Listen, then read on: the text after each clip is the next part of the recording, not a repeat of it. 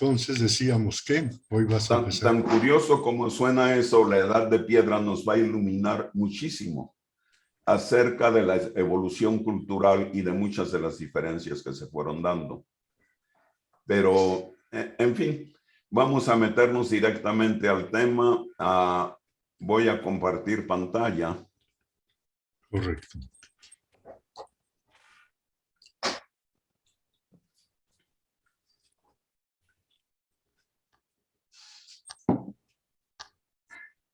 Bien, ¿ya tenemos la pantalla aquí?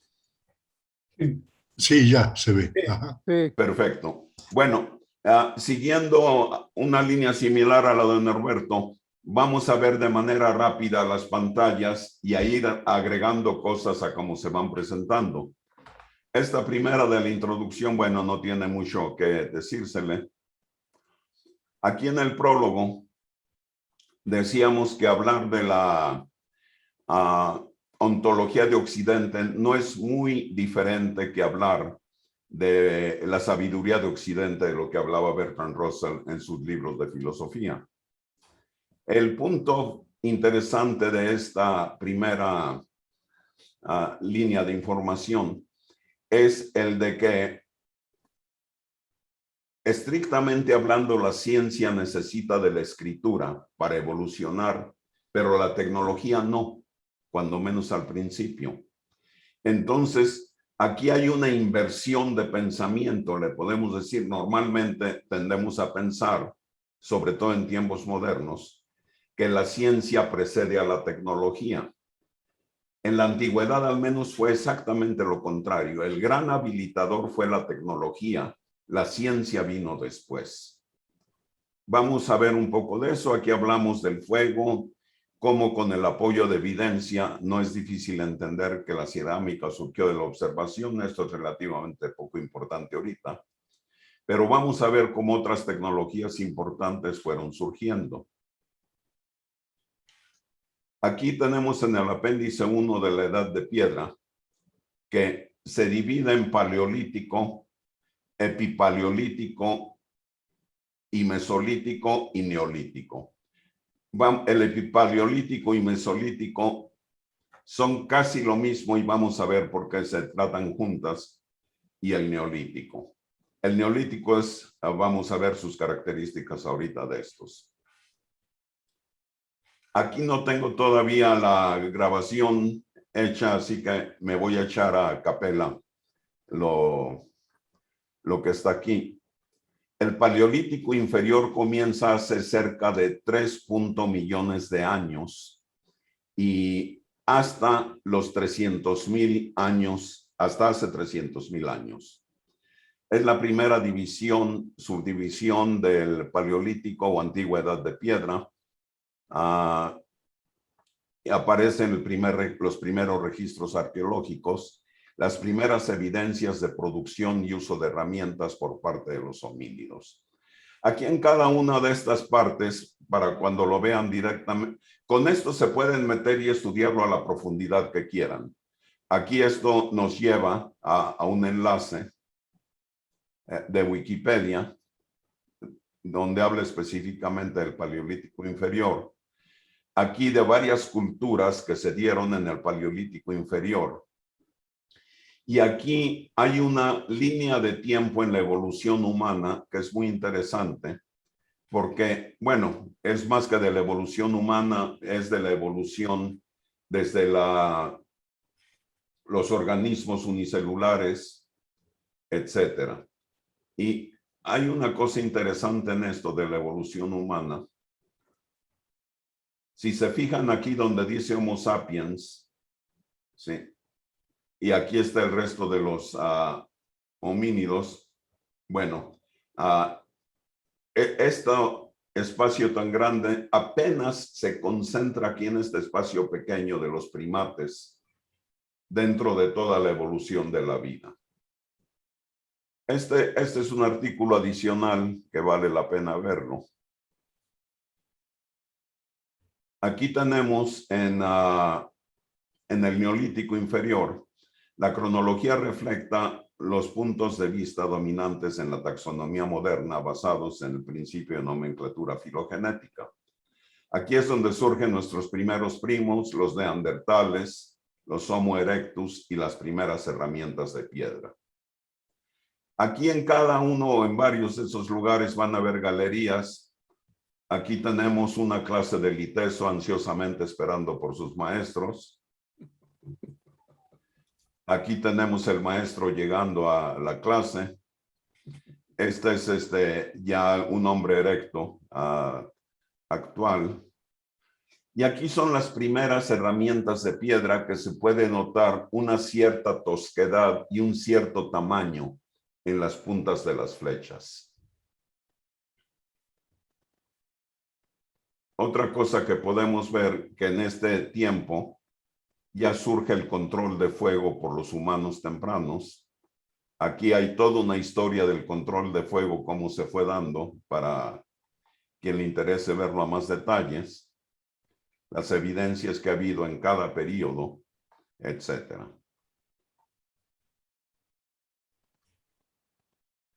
Tenemos otra etapa del Paleolítico Medio que abarcó en líneas generales desde los 300,000 hasta hace 30,000 años. Aquí habla de varias culturas, la Musterian, Aterian, Micoquien, Sangoan, y el control de fuego sale de nuevo como una tecnología saliente. Aquí no alcancé a poner la galería, pero podemos ver, por ejemplo, aquí en los Musterian, ya tenemos puntas de flecha un poco más elaboradas y ya con ciertos filos.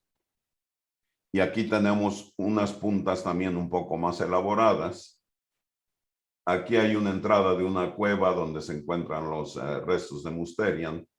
Y aquí tenemos herramientas también un poco más refinadas. Y, en fin, aquí una de las cosas es que ya tenían jabalinas de piedra. Aquí hay muestras. Y otra cosa que se usaba en ese tiempo, ya comenzaron a usar el fuego para hacer más duras cierto tipo de rocas. Pero aquí lo más importante es notar las escalas de tiempo y lo relativamente lento de la evolución. Desde 3.3 millones hasta hace 300,000 años, es decir, el Paleolítico inferior duró prácticamente 3 millones de años, que es un tiempo enorme. Mientras el Paleolítico medio duró solamente 250,000 años. Aquí hay un aspecto que vamos a ir encontrando más adelante, que es la aceleración, que resulta de procesos que se llaman autocatalíticos en el desarrollo de las culturas. En el Paleolítico superior, finalmente se encuentran las primeras pruebas conocidas de asentamientos organizados en forma de campamentos, algunos con pozos de almacenamiento. El trabajo artístico floreció con pinturas rupestres, petroglifos, tallas y grabados en hueso o marfil. Se han encontrado flautas y silbatos de hueso bastante sofisticados. Aquí hay esta flauta que la tienen en Alemania. Bueno, es una réplica de una flauta de hueso. Era lo bastante sofisticada para tener ya tonalidades reproducibles. Se ve que se cortó exactamente a la longitud correcta, lo que ya era bastante sofisticado en ese tiempo. Es decir, ya en este momento teníamos instrumentos musicales. Aquí en la galería podemos ver ya algunas pinturas rupestres. Un cráneo ya bastante moderno. Oye, Rubén, perdón por la Sí, interrupción. sí, En la adelante. flauta se ven como unas rayitas, como si fuera medición. Ahorita la vemos de nuevo. A ver, vamos a...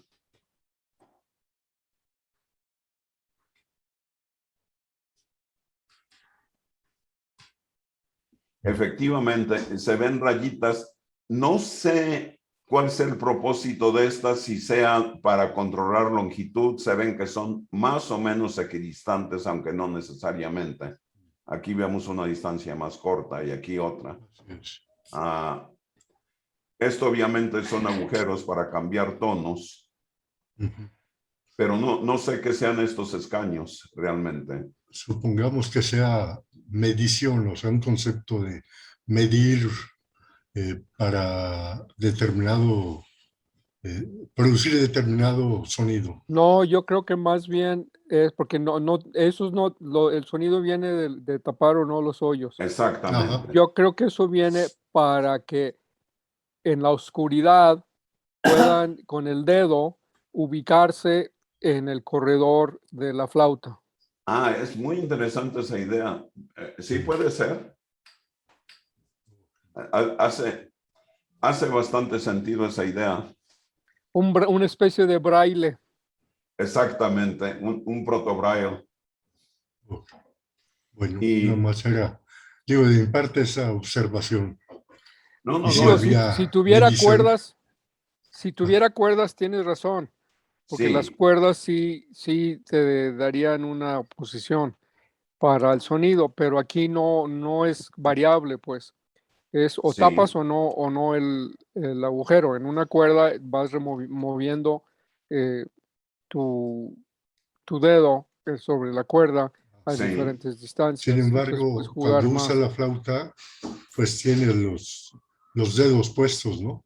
Ujú. sí, Pero Imagínate a alguien en lo oscuro en una noche tocando, sí, rápido, con nada más con el sentirlo con los dedos, se va ubicando en cómo está la flauta.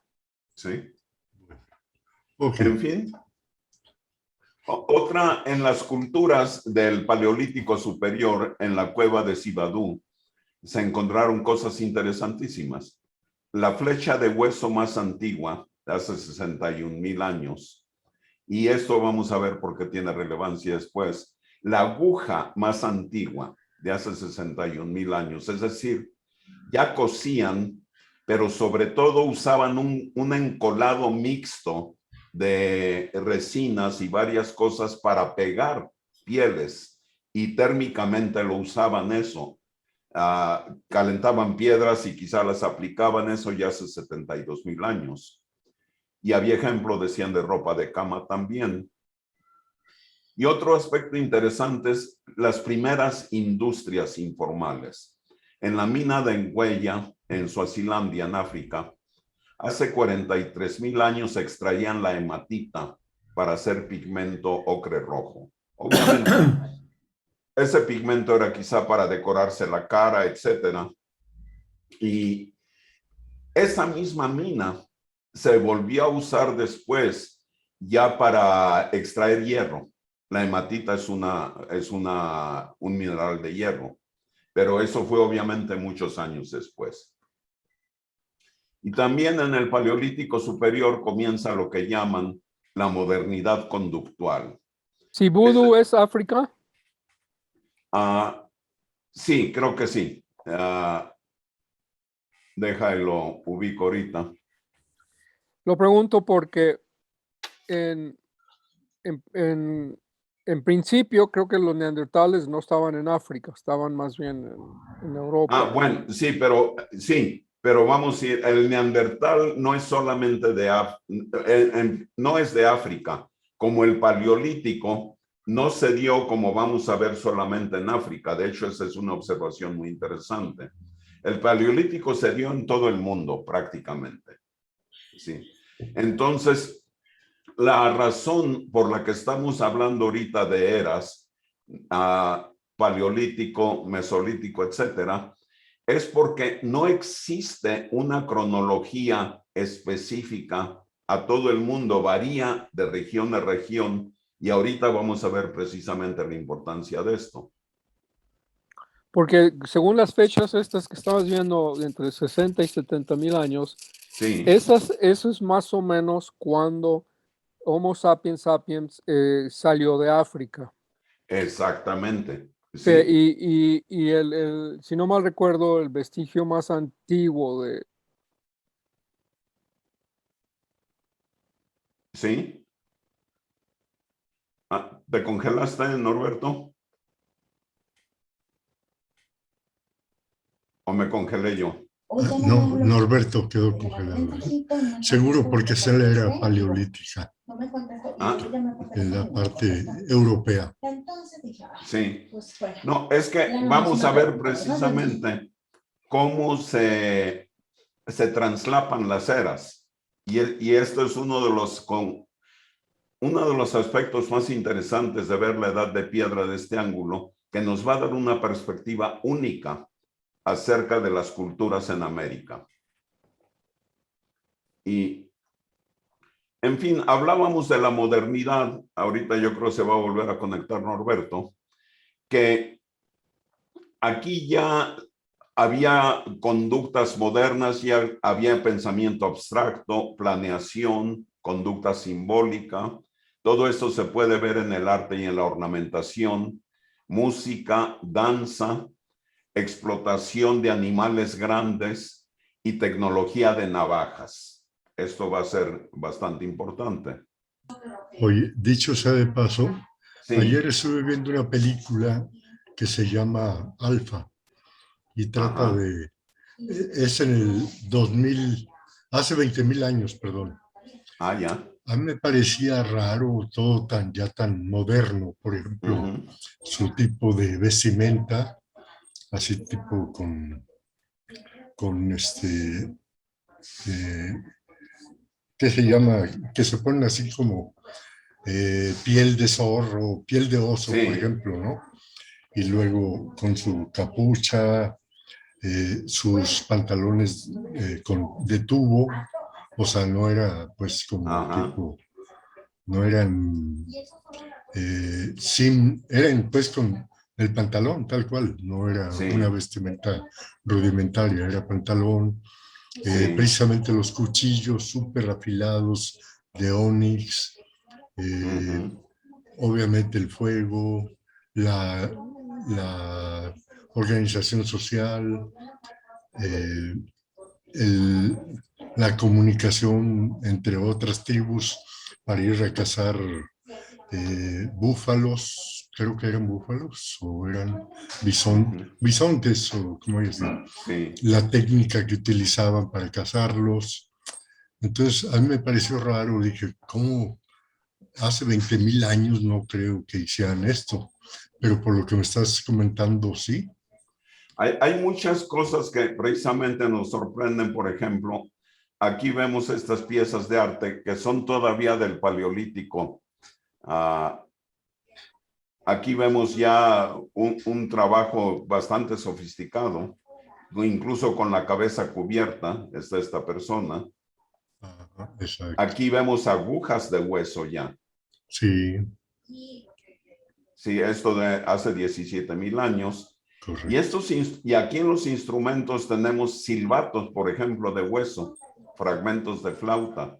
Sí, ya son avances bastante notables. Y bueno, ahora hay otra etapa, el epipaleolítico y mesolítico, y aquí es donde comienza lo interesante. El epipaleolítico es un periodo tradicional hacia el mesolítico que se da en la región de Levante. La región de Levante, como recuerdan, es parte del creciente fértil, donde después florecieron las primeras grandes culturas en Mesopotamia. ¿Sí?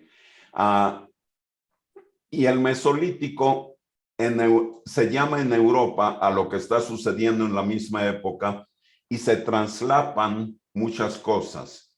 En el mesolítico de Europa comprende del año 13,000 a 3,000, mientras que el epipaleolítico se da en la región de Levante del 18,000 al 8,000 antes de la era actual.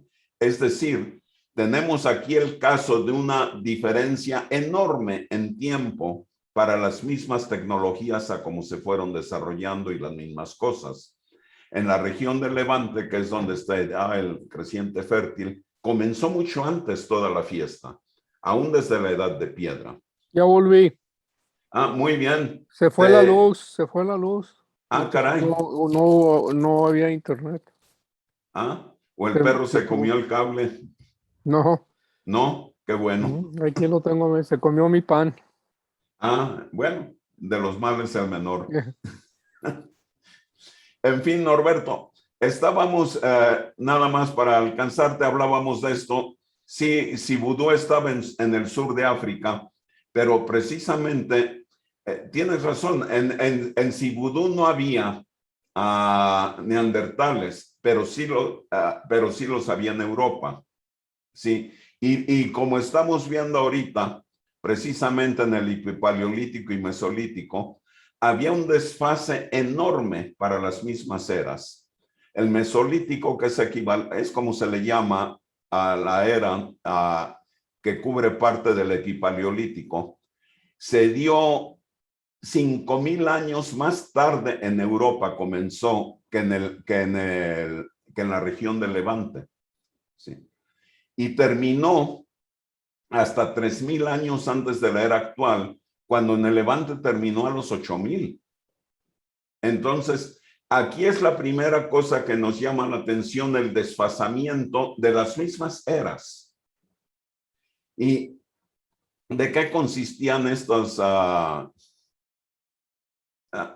culturas? Primero, se caracteriza por el uso de microlitos para producir herramientas más avanzadas. Los microlitos son unas cosas sumamente interesantes. Vamos a ver aquí en la cultura quebariana del Epipaleolítico.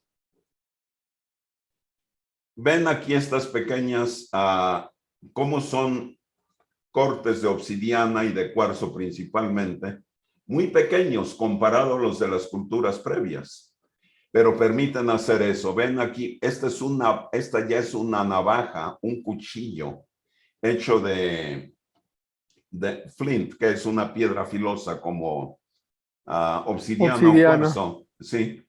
Con este cuchillo ya tiene acción de cuchillo. Ahora, si se fijan también en cómo está puesto, les puede recordar esas herramientas tan gentiles que usaban los aztecas, unas macanas con unos microlitos engarzados que hacían maravillas sobre las cabezas de los enemigos. Sí. Básicamente la misma tecnología. Los microlitos ya requerían herramientas más sofisticadas para hacerlos. Esto es una parte de lo que se daba en esta época.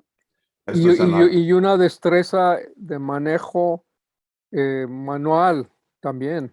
Exactamente.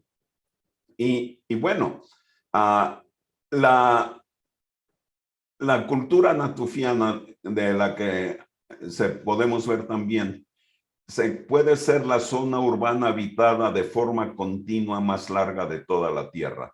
Esta se encuentra en donde se encuentra Jericó, en Palestina. Otra cosa interesante de las culturas del Mesolítico y del Epipaleolítico es en relación a cómo era la vida diaria. Primero ya tenían canes domésticos hacia el final del Epipaleolítico. Ya hay evidencia de eso. Y también hay evidencias que sugieren cultivo deliberado de cereales, aunque no en la escala que vamos a encontrar más adelante, que son parte de la cultura natufiense.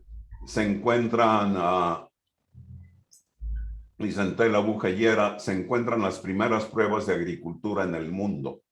La evidencia más antigua de fabricación de pan se ha encontrado en Shubaykaya hace 14,500 años.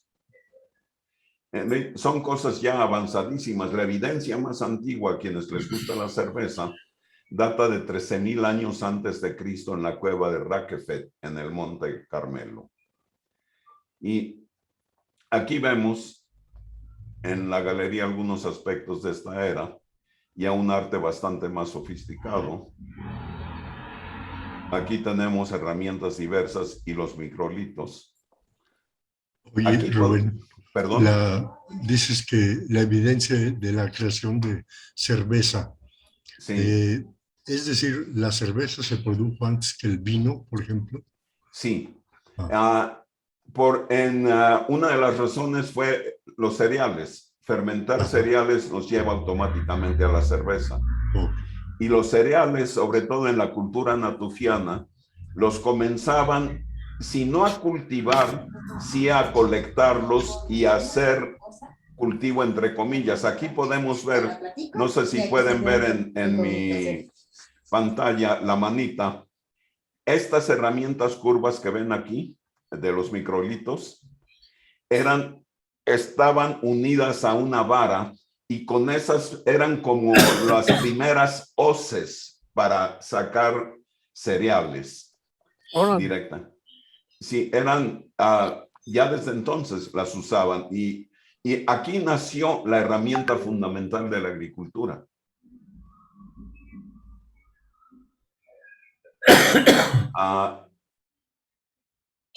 Aquí hay evidencia de la domesticación de los canes. Sí, es cacería usando perros ya. Aquí es fácil imaginarnos cómo se dio esto por el sinantropismo de los perros. Un aspecto interesante es que todos los perros que hay ahora en el mundo descienden de una sola especie que ya está extinta. Todos, desde los semiperros como los chihuahueños y los escuintles hasta los perros reales, como ese que está ladrando ahí con Norberto. Dice que no es cierto. Ajá. Dice que vienen de los lobos. Sí, vienen de una especie de lobo. De hecho, se dice que el pariente más cercano que hay ahorita es el lobo gris, que todavía sigue vivo, pero existe por evidencia genética la idea de que todas las especies del can moderno provienen del mismo animal, que porque se acercaba a los humanos primero por los restos de la cacería, y los humanos pues los dejaban que lo tuvieran. Los restos, los huesos, se fueron aclimatando a los humanos y se dieron cuenta de dónde venía su comida y acompañaban a los humanos a la cacería, obviamente. Sí. Oye, de esto trata precisamente la película Alfa, de la relación de un niño, hijo del líder, sí, con un lobo.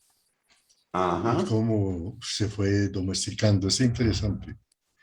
Y aquí vemos un metate, sí, del 9500 al 9000 antes de Cristo, sí, ya de la cultura natufiana también, y como ven, es idéntico a los metates que conocemos ahorita, prácticamente. Bueno, y aquí viene la cosa más interesante y quizá el punto más interesante en el desarrollo de las culturas prehistóricas, el neolítico. Es la última división de la edad de piedra con un amplio conjunto de desarrollos que parecen haber surgido de forma independiente en varias partes del mundo. Se observa por primera vez hace unos 12,000 años cuando aparecieron los primeros desarrollos de la agricultura en el cercano oriente epipaleolítico. Es decir, del epipaleolítico llegamos directo al neolítico, de la cultura natufiana en el creciente fértil y otras culturas siguieron desarrollos. Entonces aquí viene algo muy interesante. El neolítico duró en esta parte del mundo, es decir, en el área de Levante alrededor del creciente fértil, hasta el periodo de transición del calcolítico de hace unos 6,500 años, 4,500 años antes de Cristo, marcado por el desarrollo de la metalurgia que desembocó en la edad de bronce y la edad de hierro. Aquí se refiere al calcolítico, que es el que marca el arranque de la metalurgia. En otros lugares, el neolítico siguió al mesolítico y se propagó hasta más tarde. En el norte de Europa, el neolítico duró hasta aproximadamente el año 1700 antes de Cristo, mientras que en China se extendió hasta el 1200 antes de Cristo. Hay que pararnos a reflexionar aquí un segundo en esto. En Europa el neolítico duró hasta 1700 antes de Cristo. Es decir, la edad de bronce en el Oriente Medio, en la región del creciente fértil y sus inmediaciones ya estaba terminando, dando paso a la edad de hierro y en Europa todavía estaban en el Neolítico en ese momento. En China fue hasta más tarde. El Neolítico duró hasta 1200 antes de Cristo. Pero En bueno, otras, ¿sí? tiene que ver el medio ambiente, el medio Muchas cosas, y ahorita clima. clima, medio ambiente y sobre todo el aislamiento y la falta de masa crítica, que son puntos. Yo iba a decir, hay dos cosas ahí importantes. La Exactamente. densidad, que lo vimos cuando vimos la evolución de sociedades humanas, la densidad. Exactamente. Y el otro es la línea de congelación. Entonces, Exactamente. pasar por inviernos inclementes no te permite ser tan creativo y productivo Sí, ni experimentador como en zonas donde no. O sea, en exactamente. China y en Europa no tenían el lujo de ser Del creciente creativos. fértil. Sí. Pero también hay factores como aislamiento, porque aquí hay un aspecto interesante. Otras partes del mundo, incluyendo Oceanía y las regiones del norte de América, se mantuvieron en líneas generales en la etapa de desarrollo del Neolítico hasta el contacto con Europa. Es decir, cuando los españoles llegaron a México, México en líneas generales estaba todavía en la etapa del desarrollo del Neolítico. No había rueda aquí. No había rueda, y los metales que había algo de oro con los mayas. Por ejemplo, en ese tiempo la civilización más avanzada eran los incas, que ya estaban entrando al calcolítico de cuenta propia, no al nivel que entraron en Asia. Por ejemplo, los incas ya fundían metales, pero los martillaban para darles formas. Y posiblemente a través de comercio algo de eso llegó a México. Pero como decíamos, en líneas generales, cuando los españoles llegaron a México, estábamos todavía en la etapa de desarrollo del Neolítico. Los españoles ya habían pasado, los europeos en general, habían terminado el Neolítico, el Calcolítico, la Edad de Bronce y la Edad de Hierro. Sí, lo que, como veremos más adelante, marca unas diferencias enormes. Aquí vemos varios aspectos en esta galería que son interesantes. Aquí podemos ver cómo la agricultura se dio por primera vez aquí en esta área del creciente fértil, y aquí vemos por los años cómo se va iniciando cada vez más tarde a medida que se va expandiendo. Se expandió por medio de Anatolia, que es la Turquía moderna, hacia Europa, ¿sí? Pero si ven la escala de tiempo, es increíble lo mucho que tardó en llegar la agricultura a los diferentes lugares.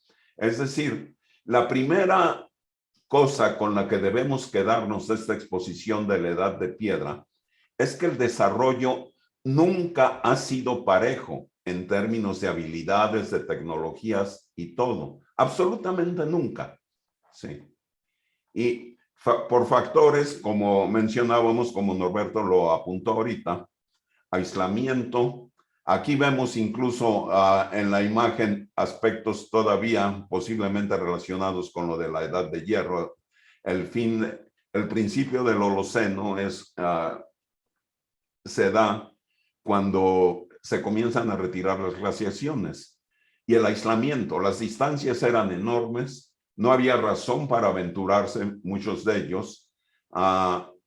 Así que la transferencia de tecnología se hizo lenta. Creo que también hay otro, sí, otro factor sí, que puede ser el genético, que va de la mano del aislamiento.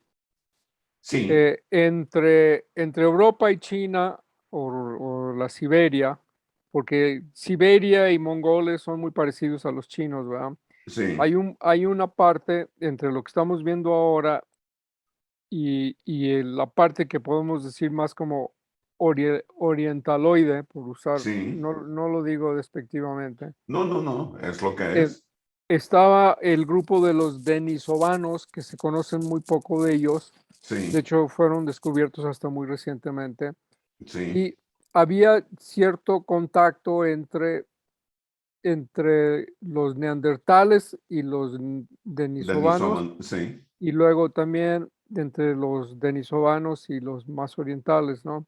sí, Aunque ciertamente lo que estoy diciendo es de varios miles de años antes de la fecha que tienes aquí, sí, eh, en cuanto a los fósiles, pero sí. en cuanto a el cambio climático, hubo un gran cambio climático eh, alrededor de hace 12,000 años. Sí, Y ese gran cambio climático lo podemos ver en una de las láminas que mostré, en donde veíamos temperatura, ¿no? ¿Se acuerdan? sí. Y, y, y ahí, este, eh, yo creo que en ese periodo se provocó una especie de colapso de las densidades y concentraciones de las densidades para poder sobrevivir los cambios climáticos que estaban sufriendo. Sí, Eh, Otra vez llegamos a entender, usando el modelo que planteamos conceptual herramientas, las estrategias, ¿no? Entonces, sí. estas estrategias de concentración y eficiencia eh, tienen mucho que ver con por qué los pueblos no son expansivos, no hay mucha interacción, ¿verdad? Y sobre todo, Norberto, que no había tanta gente. ¿Para qué expandirse cuando tu primer trabajo es sobrevivir? Sí, Tu primer trabajo es agruparte, formar tu... No había razón para expandirse. Aquí vemos en líneas generales la expansión de la agricultura en todo el mundo. Aquí vemos, por ejemplo, cómo en las Américas se expandió en tres grandes zonas: el Imperio Inca, lo que fue eventualmente el Imperio Azteca y las tribus del norte. Sí. Y aquí es cómo se expandió de Europa, de Asia, perdón, tenemos a esta región, pero aquí del creciente fértil es donde se expande en todas direcciones. Aquí tenemos ya un asentamiento, este es en Catalayuc, en Anatolia, del Paleolítico. Ya tenemos construcciones muy similares a las actuales y aquí tenemos Stonehenge. Aquí hay una cosa curiosa en las fechas. Stonehenge se construyó a lo largo de 1000 años, entre el 3000 y 2000 antes de la era actual. Aquí hay, en el 2000 antes de la era actual ya era plena época de bronce en la región del Levante y en el creciente fértil. Todavía no salían del neolítico en Inglaterra. Esta es una muestra también de cómo había unas diferencias enormes en el desarrollo de culturas. Y bueno, una de las muestras del neolítico también son en general, y aquí lo tenemos arriba en esto, construcciones de este tipo, construcciones ya de piedra, sí, de forma rectangular con techo plano, que ahora que lo pienso, mi casa tiene un diseño del neolítico, como todas las casas en la región de Nuevo México. Sí, son casas mucho de este tipo. Oye, Rubén, Sí, entonces en África no hubo un desarrollo simultáneo, vamos a decir.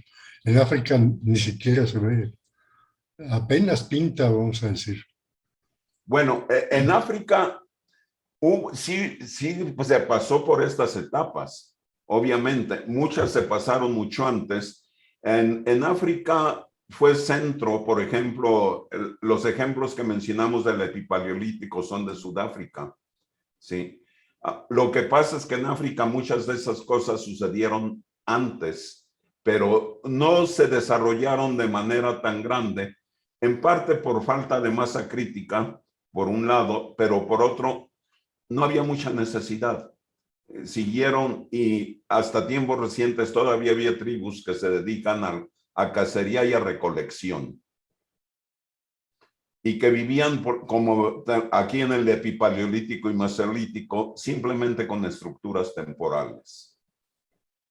Entonces, aquí tenemos que eso marca una diferencia enorme en la desigualdad tecnológica que se dio. En el neolítico hay algo que se llamó la revolución neolítica, que ocurrió de nuevo en diferentes momentos en todas las regiones. La revolución neolítica supuso más que la adopción de un conjunto limitado de técnicas de producción de alimento.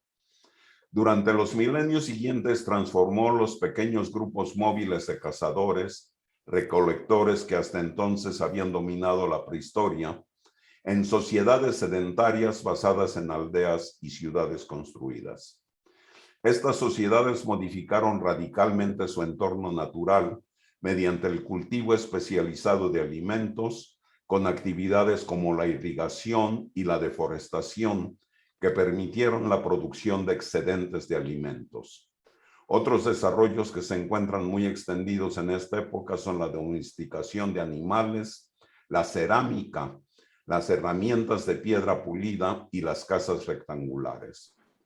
En muchas regiones, la adopción de la agricultura por parte de las sociedades prehistóricas provocó episodios de rápido crecimiento de la población, fenómeno conocido como la transición demográfica neolítica.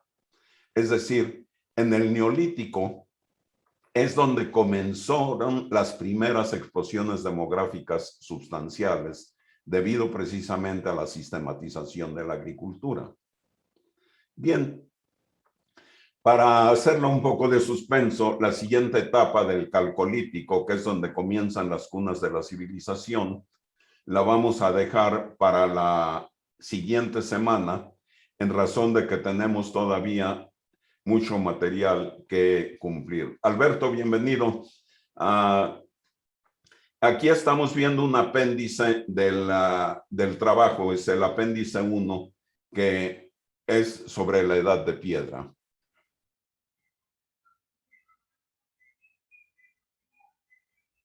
Este apéndice 1, Alberto, corresponde al prólogo, donde hablábamos de la tecnología, que fue en un principio el habilitador supremo, y cómo aquí hay una inversión respecto de lo que sucede en el presente, donde la ciencia habilita a la tecnología en una gran parte. En las etapas históricas anteriores fue al revés. La tecnología habilitó muchas cosas y eventualmente a la ciencia. Bien, aquí seguimos. Como advertencia, Alberto, vamos a estar brincando de ida y vuelta a diferentes épocas. Nos vamos a ir al pasado, al presente, al futuro, pero vamos a tener la constante a través de los apéndices de la evolución de la historia. Aquí hablamos de la creciente fértil del que ya hemos hablado, de cómo la primera escritura fue la cuneiforme de Sumeria, de la que tenemos registro, y cómo se dieron otros diferentes tipos de escritura, y cómo el alfabeto moderno se desarrolló a partir del fenicio, que fue un lenguaje que al usar un número mínimo de símbolos era fácil de aprender. Y podemos decir que a los fenicios les debemos la modernidad así tal como en un momento determinado a través de la difusión del lenguaje, porque del fenicio se derivaron los lenguajes europeos a partir del griego, después el latín. Aquí muchas de estas vocales, de estas consonantes, perdón, ya nos resultan familiares, algunas en forma un poco como la delta, ¿sí? Donde aquí la alfa está marcada porque no había vocales con los fenicios. Las vocales fueron una invención ya más moderna. Bueno, hablamos de otras tecnologías habilitadoras. Esto lo estamos viendo relativamente rápido desde lo que hablamos la vez pasada. la rueda, tecnologías para construir ciudades, manejo de cultivos, tecnologías militares. La metalurgia, crean instrumentos y armas basados en metales. Aquí podemos ver en las puntas de flecha una diferencia enorme aún de las puntas de flecha más avanzadas del Neolítico. Primero, a través de la fundición se producen más rápido y aunque no son necesariamente más penetrantes, sí son más rápidas de producir. Es decir, a mí no me gustaría ponerme enfrente de una lanza con una punta de obsidiana bien afilada. ¿Sí? En todo caso, bueno, una lanza de bronce puede ser más fácil, puede causar menos daño al inicio, hasta que se haga más pesada. En fin, aquí hablamos ya de la evidencia de matemáticas, cómo se fue dando en Egipto, cómo las matemáticas de Mesopotamia, matemáticas babilonias, están basadas en un sistema sexagesimal. Y aquí ya tenemos, en esto que tenemos como carátula de reloj, una primera aplicación de las matemáticas babilonias. Las matemáticas babilonias siguen vivas hasta ahora. Son las matemáticas más antiguas de la matemática que tenemos, prácticamente. Cada que medimos algo en grados, ángulos, posiciones, etcétera, estamos usando matemáticas babilonias. Bueno, aquí mencionamos también como, entre paréntesis, sería bueno un curso de aritmética babilonia en la secundaria, en razón de que realmente nos obliga a aprender matemáticas de la manera correcta y análisis numérico. Aquí hacemos unas reflexiones, algunas. Oye, sobre eso, ¿Sí? lo mencionaste la vez pasada y me quedé con las ganas así como de ver digamos, una lista de lo que sería el curso. ¿De matemática babilonia? Eh, Te lo tengo para el próximo seminario y a cambio de que tú vayas a dar el curso al Instituto de Ciencias o a algún otro lugar. Pero sí, valdría mucho la pena. Y no es una broma ni es una ocurrencia. A mí me hubiera encantado, hubiera entendido mucho más si antes del álgebra aprendo matemáticas babilonias. Definitivamente. Sí. Y bueno, voy a preparar esa sinopsis del curso y la compartiré en el siguiente seminario. Ya, nada más por curiosidad y por echarme otra tarea como si no tuviera suficientes todavía, pero bueno, pago porque me alquilen. Sí. Y bueno, después hacemos unas reflexiones sobre la educación, lo que es educación formal e informal. Y aquí lo que tenemos en negritas, como educación entendemos el proceso mediante el cual se adquiere la información que habrá de habilitar para propagar memes y genes. Y hablamos de la definición de educación formal, educación informal. A esto vamos a volver hoy más tarde. El conocimiento tiene que ver con la reducción de incertidumbre y la sabiduría nos enseña a enfrentarla. Aquí hablamos de varios autores que han visto la historia de diferentes maneras. Aquí nada más vamos a detenernos un segundo para mencionar cómo la historia se puede estudiar de manera sincrónica o diacrónica. Aquí usamos los términos que en la lingüística usaba Ferdinand de Saussure, pero que han sido aplicados a la historia. Los ejemplos que hemos dado ahorita, simplemente en lo que vimos de la Edad de Piedra, ¿sí? Tuvimos ejemplos de los dos tipos. El estudio diacrónico es a lo largo de una sola línea de tiempo. Por ejemplo, vimos las culturas, cómo se desarrollaron las etapas del Neolítico en el creciente fértil a lo largo de una línea de tiempo, pero si lo viéramos de manera sincrónica, veríamos cómo al final del Neolítico de Inglaterra, ¿sí? O todavía en pleno Neolítico, estábamos ya en plena edad de bronce en el creciente fértil. Es decir, el estudio de la historia de manera sincrónica nos permite ver de manera comparativa qué pasa en una cultura mientras se está pasando algo en otras culturas y qué es lo que está pasando. A esto vamos a volver con frecuencia. Bronowski en su libro The Ascent of Man usa mucho el método de estudio sincrónico. Luego hablamos de Karl Jasper, de las culturas axiales, y de Eric Klein, de cuándo se colapsó la civilización hacia el final de la época de bronce. Y bueno, aquí hablamos de algunas herramientas conceptuales que se fueron dando. Y de esto nos quedamos con que la diferencia, Russell destaca que el temperamento de la mente del científico es de manera natural diferente al del escolar ortodoxo. El científico se basa en la duda y su conocimiento es refutado solamente con mejor ciencia, mientras que el ortodoxo se basa en creencias inamovibles que dan a este conocimiento una inercia enorme. El concepto de inercia cultural lo veremos más adelante. Aquí hicimos una introducción, vimos en una estrofa de un poema de Valery el concepto de ciclicidad y de renovación. Hablamos también de cómo las experiencias, los mitos reflejan experiencias existentes y cómo la experiencia precede a los mitos. La experiencia individual nunca cesa. Las experiencias compartidas son los átomos y moléculas de las culturas. Bueno, aquí, a ver, disculpen, necesito... Champaña. Sí, para que se me quite lo seco de la garganta.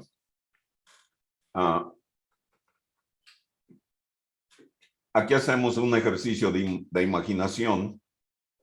Es muy difícil saber o imaginar qué es lo que pasaba por la mente de quienes observaban un eclipse solar antes y después de que un sacerdote babilonio pareciera haberlo invocado. Este tema nuevo volveremos después. Aquí hablamos de la tradición oral como tecnología habilitadora.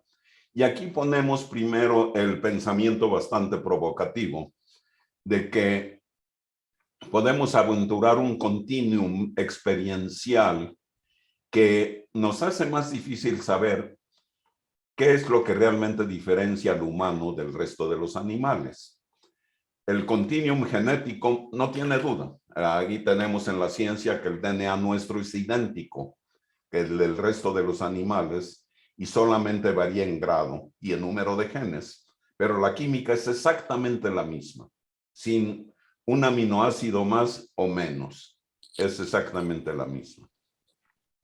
También podemos hablar de un continuum en tecnología y en el lenguaje, y esto lo mencionamos como la noción de que el lenguaje era único a los humanos se ha cuestionado, se ha puesto en duda y se ha dicho que quizá es solamente cuestión de grado.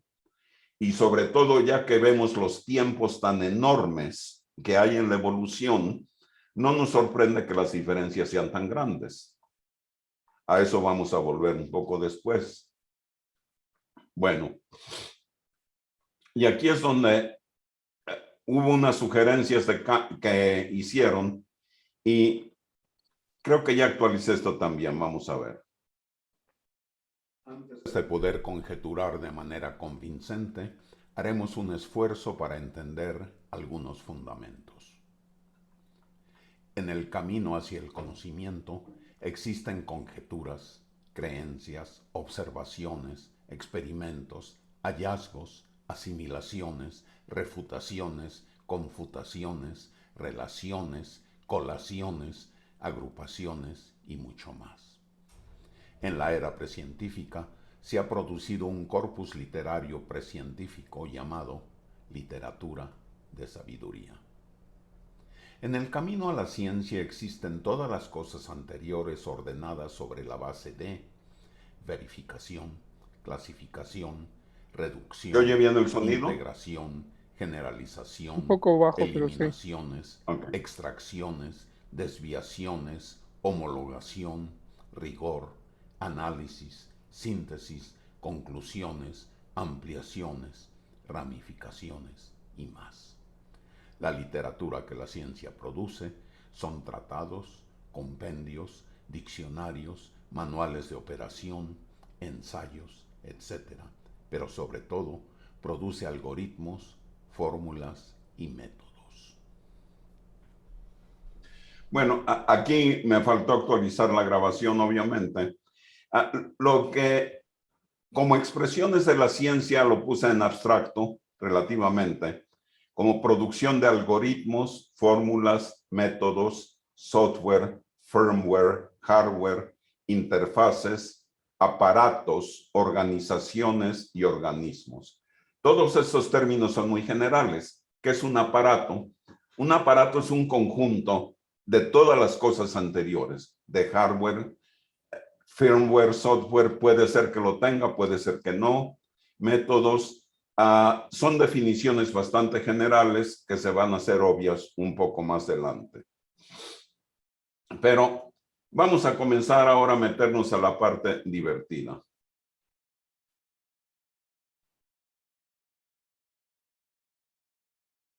Carl W. Deutsch, en su libro Beginnings of Infinity, propone que la ciencia es un proceso en el que continuamente se buscan mejores explicaciones. Nos da como ejemplo el mito de Perséfone, quien con la connivencia de Zeus fue raptada por Hades. Su madre Demeter, a cambio de no dejar perecer al planeta, daba clima bueno durante las visitas que Perséfone hacía cada año, como parte de un arreglo que prevenía que las penurias del mal clima afectaran el bienestar de los humanos. Con clima bueno, había abundancia. Esta explicación era suficiente para los antiguos griegos porque cuando menos permitía reforzar la idea de un ciclo natural que estaba siendo vivenciado y no había sido posible explicarlo. Si los antiguos griegos hubieran tenido internet o al menos teléfono, sus amigos en Australia les hubieran dicho que con ellos el clima se comportaba exactamente de la manera opuesta y se hubieran dado cuenta de que la explicación que involucra a Perséfone y familia no era en realidad una buena explicación. La explicación era buena para los griegos localmente, pero no lo era para los australianos. Una explicación que puede ser cambiada fácilmente no es una buena explicación. Ahora que sabemos que las estaciones del año se explican por la inclinación relativa de la Tierra en el tránsito de su órbita en torno al Sol, que en cierto punto expone de manera desigual a los hemisferios de la Tierra, tenemos una mejor explicación porque siendo empíricamente corroborable, es difícil de cambiar.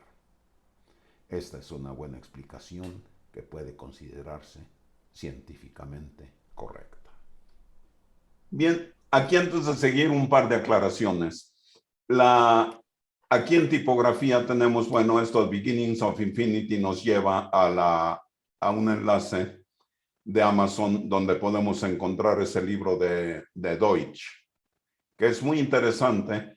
Es uno de los libros más modernos que hay sobre epistemología. Carl W. Deutsch es la autoridad más alta ahorita, de hecho, en computación cuántica. Es un físico atómico que por un lado es un epistemólogo fenomenal y vale mucho la pena leerlo. Aquí todo lo que ven en azul son citas literales con algo de licencia, las traduje al vuelo del libro de Deutsch. Lo que ven aquí en violeta son especulaciones, son experimentos conceptuales. Obviamente no hay manera que los griegos hubieran tenido internet o teléfono, mucho menos de que tuvieran amigos en Australia. Esto es solamente para explicar qué es lo que sucedería en este caso y cómo la explicación que daban antes por medio de Perséfone, etcétera, no era buena para explicar el clima, hasta que llegó la explicación científicamente correcta. De nuevo, aquí lo que está en azul, esta es una cita literal de Deutsch que traduje con alguna licencia, igual a todo lo que está en azul prácticamente en el párrafo.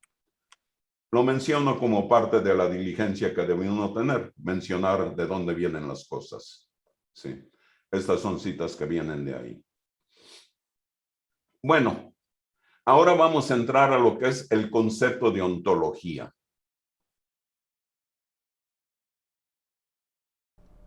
El concepto de ontología. El término ontología proviene del griego ontos, ser o eso que es, y logía, discurso lógico. Se entiende como estudio del ser, aun cuando el uso de la palabra ontología no aparece por mucho tiempo.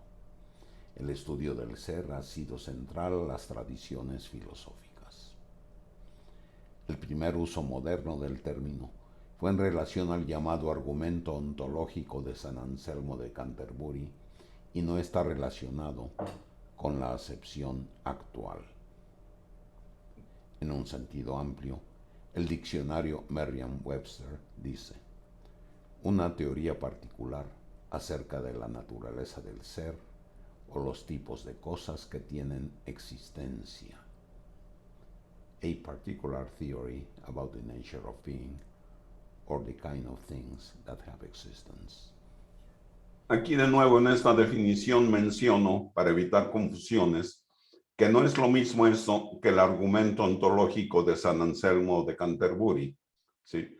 Que está explicado aquí en el diccionario de Stanford de filosofía, una de las fuentes que vamos a ver con bastante frecuencia. Y los argumentos ontológicos que en este sentido son argumentos para la conclusión de que Dios existe a partir de premisas que se supone se derivan de alguna fuente otra que la observación del mundo, es decir, por la razón solamente. En otras palabras, los argumentos ontológicos son argumentos de lo que típicamente alega que, de los que se alega que no son, que son argumentos a priori y premisas necesarias para la conclusión de que Dios exista. Obviamente estos argumentos ontológicos ya han sido ampliamente eliminados y no forman parte del concepto. Aquí en este concepto nos atenemos más a la idea del estudio del ser. Bien, con esto en mente vamos a meternos ahora a una de las acepciones modernas de ontología y vamos a entrar un poco al trabajo de Daniel Dennett. Una buena explicación del concepto la podemos encontrar en el capítulo sobre ontología del libro de Daniel Dennett, From Bacteria to Bach and Back. ¿Qué hay en tu ontología? ¿Crees en fantasmas? Entonces los fantasmas están en tu ontología junto con mesas y sillas, canciones y vacaciones, nieve y todo el resto. Dennett explica la conveniencia de extender el concepto de ontología a animales y artefactos electrónicos. Las vacaciones no son parte de la ontología de los osos polares, pero la nieve sí. Los manatíes tienen en su ontología algas, peces, otros manatíes y posiblemente propelas de motores fuera de borda. Bien, esto de nuevo son igual, lo que está en azul son citas tomadas con licencia del trabajo de Dennett, que aquí está el libro. Creo que existe una traducción al español, no estoy seguro, para quien no leyera inglés. Vale mucho la pena ver, este es el último libro de Dennett que ha hecho, es uno de los filósofos contemporáneos más interesantes que hay. Oye, Rubén, ¿Sí? comentas que con licencia pones las citas. ¿Cómo se pide una licencia para...? No me refiero a licencia contractual, sino que me tomo la licencia dado que la traducción que hago la hago al vuelo y no estoy garantizando que esté al 100% precisa. Sí, o sea, aquí lo correcto en términos académicos es que hiciera la traducción, que pusiera la cita exactamente como es en inglés y que más adelante, y que pusiera después una traducción en español respetando exactamente lo que está en el original en inglés. A eso me refiero como licencia, no a otra cosa. Y ¿a poco tenemos que solicitar licencia cuando pongamos citas? Cuando son así de menudas, no, y por eso precisamente me voy al extremo de trazar absolutamente cada cosa que digo y decir quién la dijo. Ok, sí. Gracias. Sí. Entonces es algo que es, bueno, es el deber del que escribe cualquier cosa. Exacto, es el autor de la cita. Ok, sí. Gracias. Entonces, seguimos.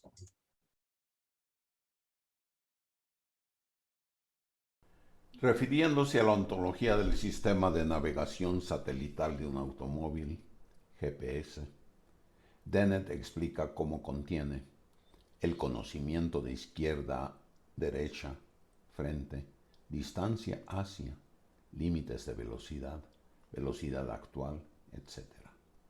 También contiene información de satélites y protocolos de comunicación, pero estos no necesitan interactuar con los usuarios. La ontología del GPS fue inteligentemente diseñada por los programadores que la construyeron por un proceso de investigación que seguramente tuvo fases de prueba y error. Esta descripción de la ontología de un sistema de GPS a primera vista puede parecer especiosa porque implica que los humanos han imbuido en un aparato cualidades humanas de discernimiento y de toma de decisiones. La mayor parte de los humanos en una sociedad moderna entiende el concepto de mapas y muchos saben cómo usarlos, aun cuando relativamente pocos entienden cómo fueron hechos. En el libro de Discoverers de Daniel Boorstin podemos apreciar las tribulaciones de los navegantes que gracias al uso de sextantes y brújulas manejaban con soltura el cálculo de latitudes, pero el cálculo de longitudes desencadenó una carrera por la creación de relojes de bastante precisión y estabilidad como para sobrevivir los rigores de los viajes por mar. La razón de esta necesidad resulta de que si un reloj se mantenía siempre con el tiempo del meridiano de Greenwich y otro se ajusta con el tiempo real, calculado con el ángulo relativo del Sol en el horizonte, podríamos tener la longitud con suficiente precisión para saber en qué punto del trayecto nos encontrábamos. En el apéndice 4 podemos ver una sinopsis de la evolución de la cartografía y cómo el conocimiento adquirido es codificado en los diversos aparatos que conforman un sistema de GPS.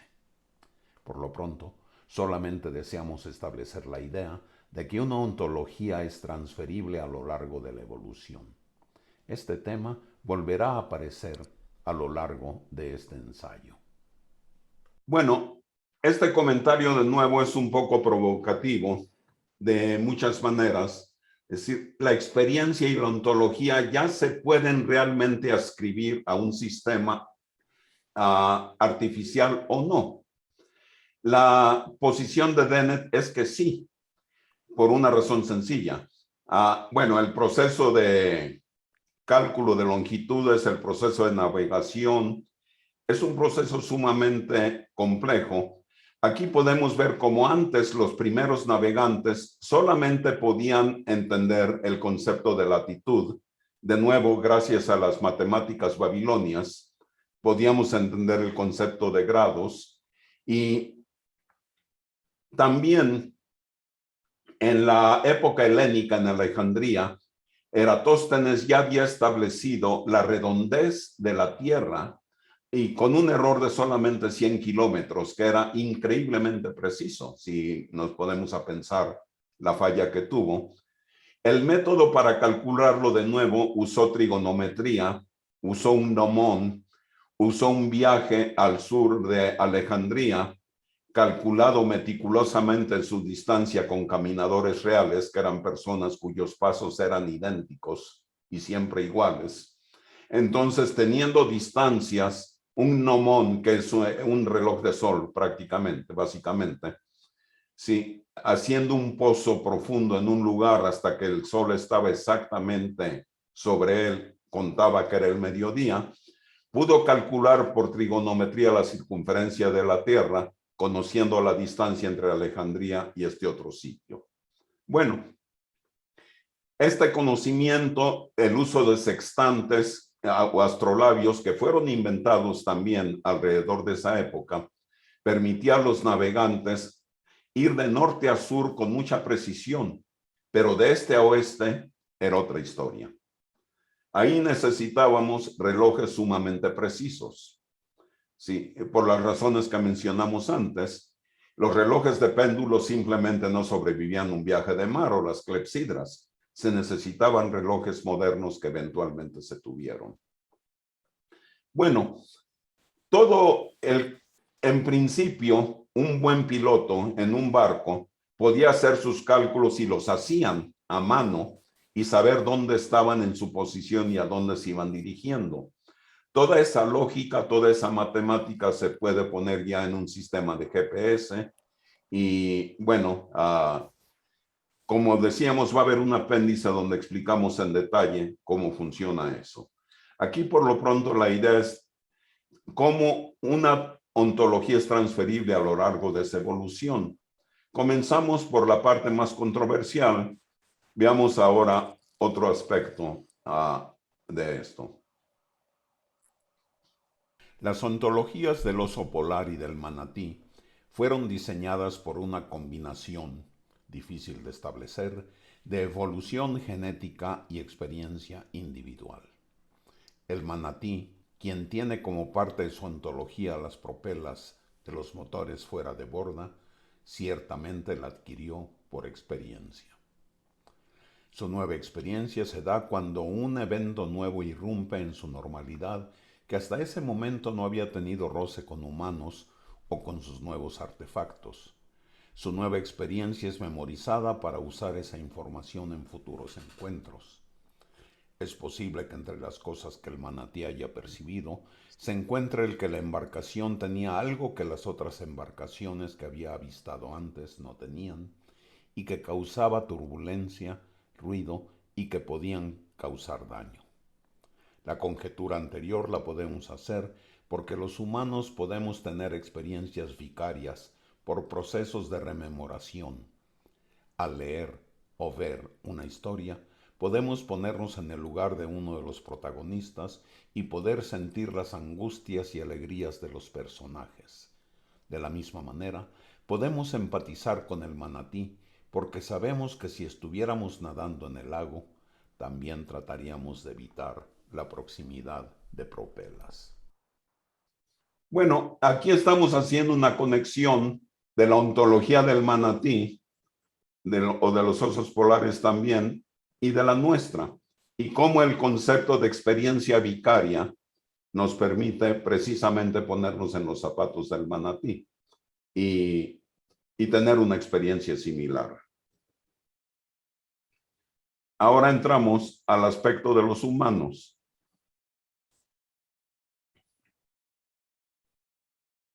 Nosotros los humanos tenemos una enorme variedad de ontologías.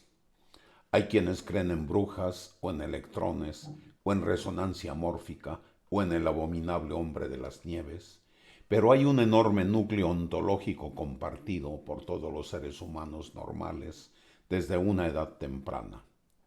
A este núcleo ontológico compartido, Wilfrid Sellars le llama imagen manifiesta. En esta imagen manifiesta está incluido todo aquello que es parte de nuestra experiencia inmediata: casas, trenes, palabras, sopa de vegetales, recetas de cocina y cocinas, internet, correo electrónico y convencional, zapatos y bicicletas y el uso que hacemos de ellos, plantas, animales y otras personas, mascotas y compañeras, éticas y estéticas. todos los artefactos físicos, lingüísticos, ritualísticos, inteligencias varias, todo aquello que usamos en nuestro comercio con otros humanos. En el sentido en que la imagen es manifiesta, es que es obvia para todos nosotros y que todos entendemos eso. Viene junto con el lenguaje nativo, es el mundo de acuerdo a nosotros. Sellars habla de la imagen científica como poblada con moléculas, átomos y electrones. Esta definición es un poco radical, en tanto que podemos argumentar que mucho de lo que puede adjudicarse a la imagen científica es en realidad parte de una imagen manifiesta avanzada. Dennett refuerza la visión de Sellars, diciendo que esta imagen científica es la que se adquiere en escuelas y que la mayor parte de las personas adquieren solamente un conocimiento escueto de los componentes de esta imagen. Bien. Una pregunta. ¿Sí? ¿Podríamos decir que la ontología son las cosas del mundo de un ser? Sí, es lo que vivenciamos, es nuestra experiencia, ¿sí? Y dentro de esa ontología, como lo menciona Dennett y Sellars, existen las imágenes manifiesta y científica. Es decir, la ontología no comprende solamente a la ciencia ni solamente a la experiencia. Es el principio, hablando de la definición, es la historia del ser en sí mismo. ¿Sí? ¿En qué? ¿Perdón? En cómo se compara con Parménides. Supongo que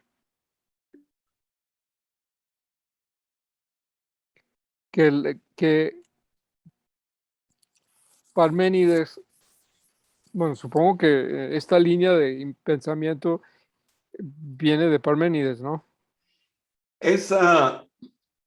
Yo creo que es tan antigua como el humano, Norberto. Aquí hemos ya eliminado completamente, y vamos a ver eso un poquito más adelante, la división entre ciencia, filosofía y experiencia. ¿Sí? Al punto que estamos ascribiendo actividad ontológica a los animales e incluso a las máquinas.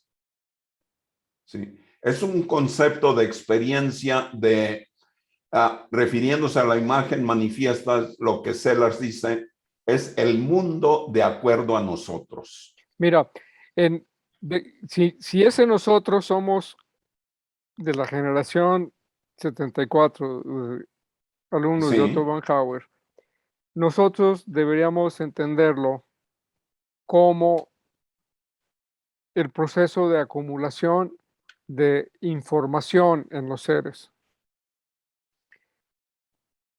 a través de iteraciones de interacciones con su medio ambiente. Sí. Y plantea que, o sea, viéndolo así, se plantearía, no estoy o sea, no estoy tan seguro que estoy de acuerdo en lo que voy a decir. Ajá. Se plantearía que,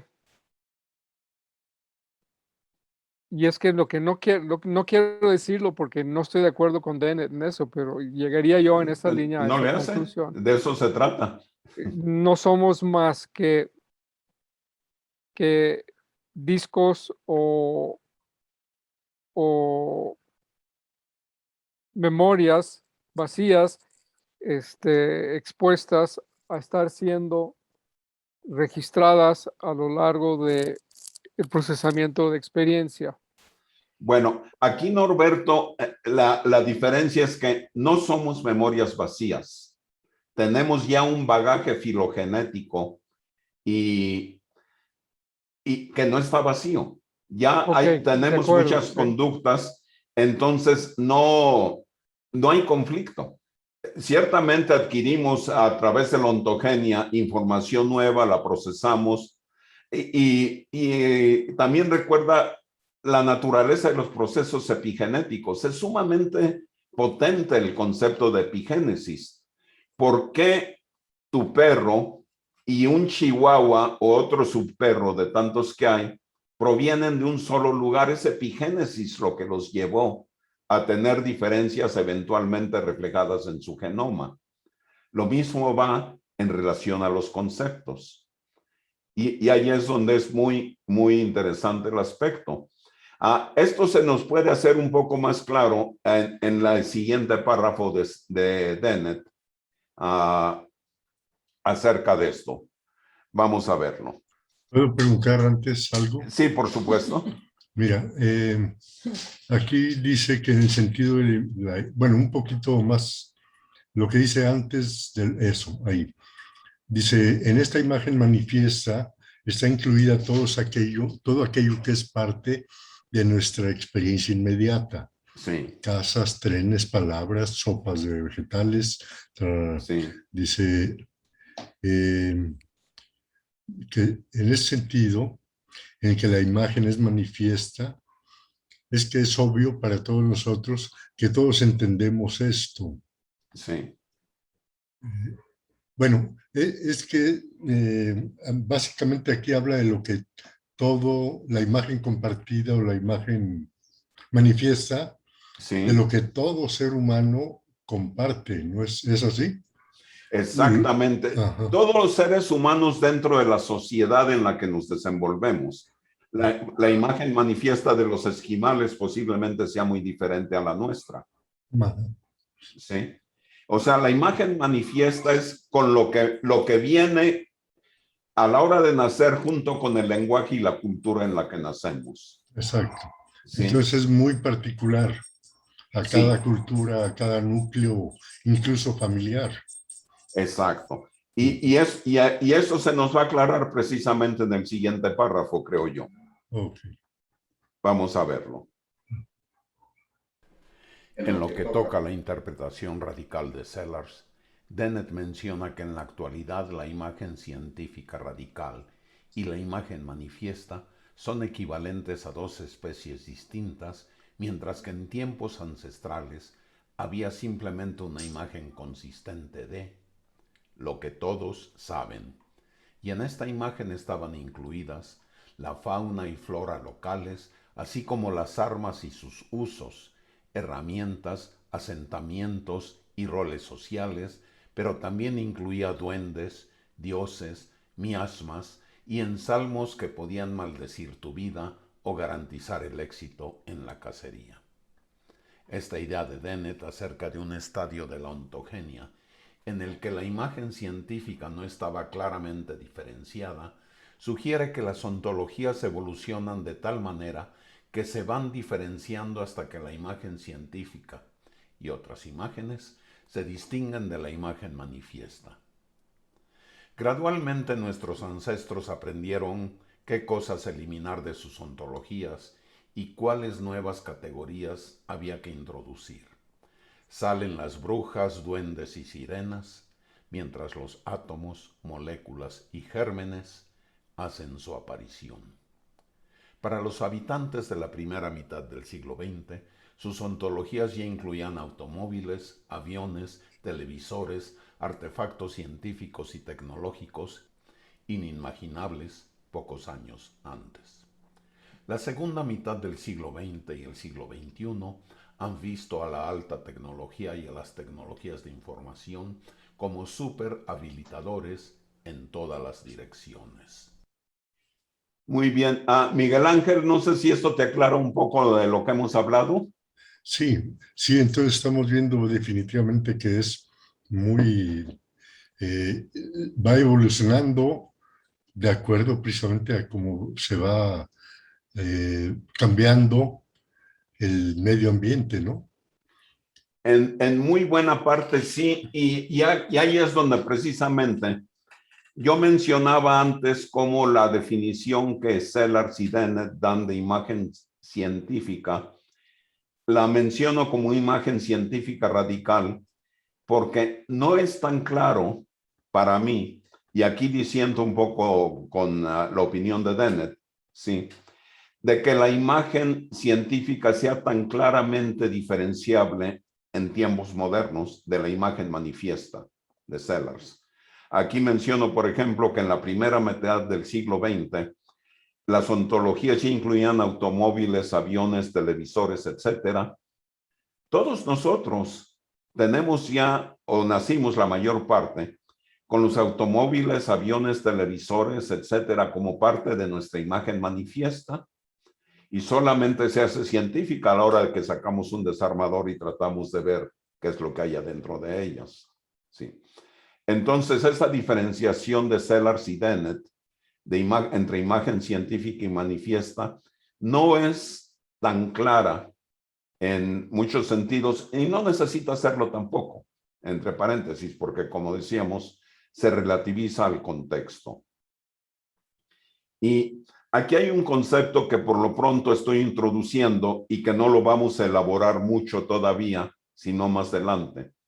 Cómo las tecnologías de información son súper habilitadoras en otras direcciones. Hablando antes, decíamos de tecnologías habilitadores como el fuego, la rueda, etcétera. Ahora estamos hablando, introduciendo el concepto de tecnologías súper habilitadoras. Las tecnologías de información habilitan las tecnologías y el conocimiento en todas las direcciones, contrario a otras direcciones. Son tecnologías mucho más universales. A eso vamos a llegar un poco después, pero antes que nada, no sé si haya algo más que aclarar o preguntas hasta donde vamos ahorita.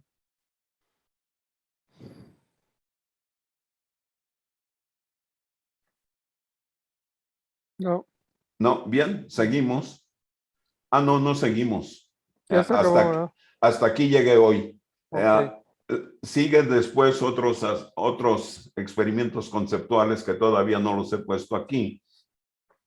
Y también en relación al lenguaje, hay un apéndice que estoy terminando acerca de prosodia, versificación y poesía métrica, etcétera, cómo ha ido evolucionando a lo largo del tiempo en diferentes culturas. Yo creo que esto hay que masticarlo bien y para poderlo digerir. Exactamente. Y a primera vista se me hace muy simplista. Sí. Lo es de muchas maneras. Sí. O sea, no, aquí no estamos con el desarmador metiendo, estamos viendo el asunto de una manera bastante fenomenológica. Sin embargo, aquí hay un concepto que es central y que hay que digerirlo, el de la continuidad de las ontologías a lo largo de la evolución. La cuestión de las imágenes manifiestas. Y una cosa que lo simplifica es simplemente, o por lo que parece simplista, es porque quitamos todo el equipaje de interpretaciones metafísicas, teológicas, etcétera. Es un, digamos en términos de ciencia, es el equivalente de a lo que te truje chencha. ¿De qué estamos hablando? Sí. Rubén, por favor, Sí. podríamos ver de lo que hoy se refiere nada más los títulos, vamos a decir, de cada capítulo. Como Miguel Ángel. Sí, de lo que vimos hoy, por ejemplo, Sí. nada más ver, bueno, no hay títulos, no hay capítulos. Sí, por ejemplo, el concepto de ontología. Sí. Ese es lo que empezamos a... Es lo nuevo de hoy. Es Bueno, lo nuevo. Okay. Comenzó a partir de la idea de ciencia de Carl W. Deutsch. Okay. Donde establece a la ciencia ya no como algo absoluto, sino simplemente como algo que nos permite buscar explicaciones mejores, nada más. Okay. Y explicaciones que no son finales, que son refutables por nueva ciencia. Ok. Luego ya de ahí te pasaste al concepto de la ontología. Exactamente. Ok. Y más adelante voy a hablar del siguiente capítulo. De hecho, aquí lo tengo ya bosquejado, de la persistencia de la experiencia. Ujú. ¿Sí? Y hago de nuevo un experimento conceptual trayéndome una tropa de actores griegos con una máquina de tiempo a tiempos modernos, etc. Luego entro en relación a la relación que hay entre mito, escritura, comunicación, información, transinformación, etc. Y así sigue. Bueno, la ontología entonces en gran medida es el estudio del ser, ¿sí? Exactamente. O la, Aquí está, es el decíamos, del discurso. griego ontos, ser, Ah, o lo que es, y logía, discurso lógico, ah, entendido como el estudio del ser. o la comprensión del ser. Sí. Y aquí el diccionario Merriam-Webster nos dice, es una teoría particular acerca de la naturaleza del ser o los tipos de cosas que tienen existencia. Es la definición que nos da Merriam-Webster. Ujú. Es decir, que la ontología, hay una ontología, como decías, creo que de las máquinas, hay una ontología del mexicano, hay una ontología de Rubén Juárez, hay una ontología de, no sé, de todo ser se puede analizar o comprender a través de De su núcleo de su ontológico, podemos decir. núcleo Sí, ontológico. Okay. sí. Y Aquí ese núcleo ontológico está formado por una imagen científica y por una imagen manifiesta. manifiesta. Ajá. Sí. Okay. Y aquí hay otras definiciones de Merriam-Webster, una rama de la metafísica que tiene que ver con la naturaleza y las relaciones del ser. La ontología tiene que ver con entidades abstractas. La segunda acepción es la que estaba mencionando. La ontología tiene que ver con entidades abstractas. Sí. Ujú.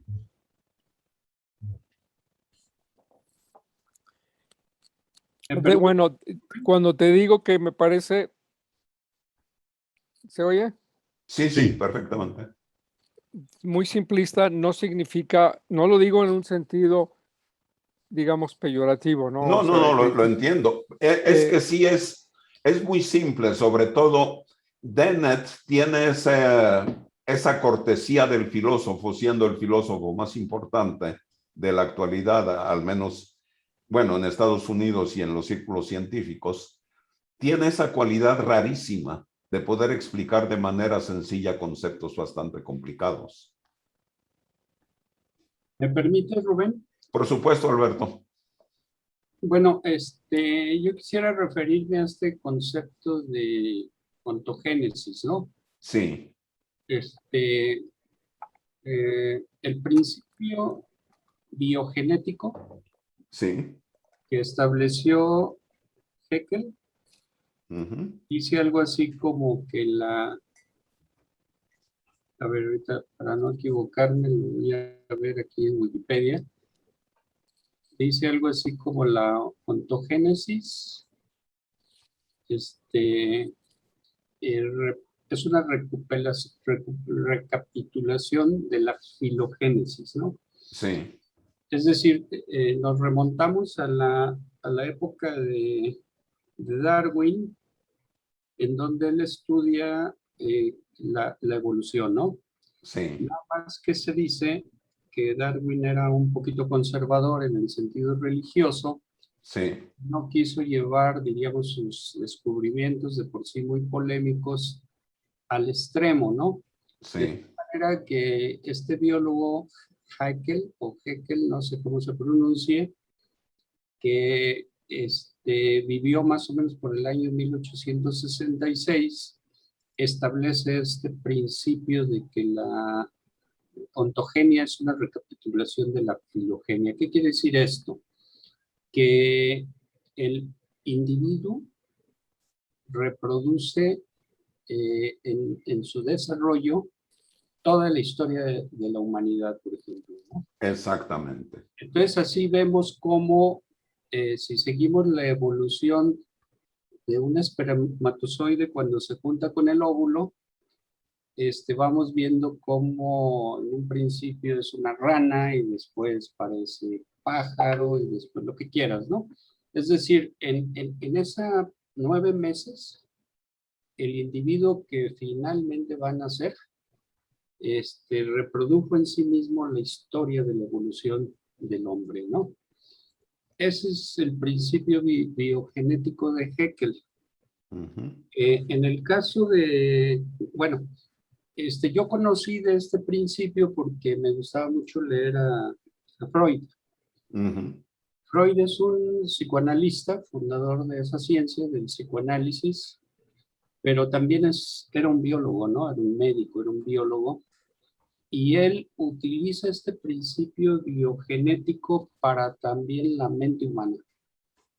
Y la parte cuestionable de su pensamiento, la parte que parece como una especulación sin base, sin ninguna base científica, si de por sí el psicoanálisis es cuestionado porque no tiene una base científica, pues menos aún esta faceta de Freud de ser una especie como de psicólogo social o una especie como de antropólogo que dice lo mismo, es decir, el niño en su evolución hacia su madurez psíquica reproduce también toda la evolución de la especie, ¿no?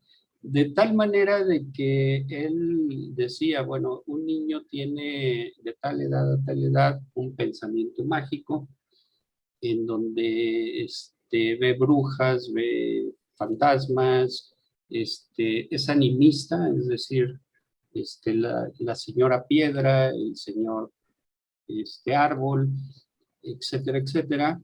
Y finalmente llega un momento en que la evolución del pensamiento madura y entonces adquiere denominado como principio de realidad, ¿no?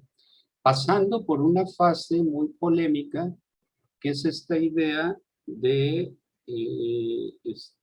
complejo de Edipo, ¿no? Es decir, que en algún momento el niño se siente, ama a su madre y figurativamente mata a su padre, ¿no? Es decir, todo esto pues, es un